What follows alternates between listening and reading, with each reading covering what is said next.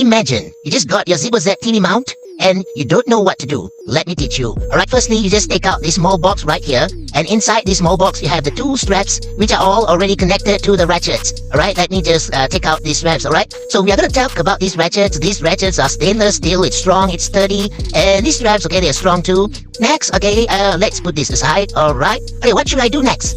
Next is just to open this long box over here. Inside this long box, it holds our plate for the TV mount. Alright, and this plate is covered safely with some padding. Okay, this plate is also stainless steel. What you should do next is just place the straps into the plate. Alright, how do we put it? Okay, from outside in and inside out. Again, outside in, inside out. Okay, that is the step. Okay, remember it. Outside in, inside out, outside in, inside out. Alright, after you place the straps, we are ready to place the next strap, which is the bottom part of the plate. Alright, so we have two places to put the strap in. Alright, so see you guys on another video.